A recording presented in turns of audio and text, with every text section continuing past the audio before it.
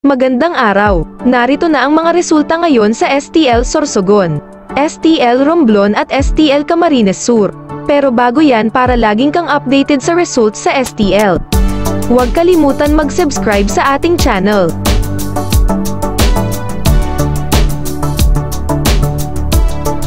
Ito na po ang official result ngayon sa STL.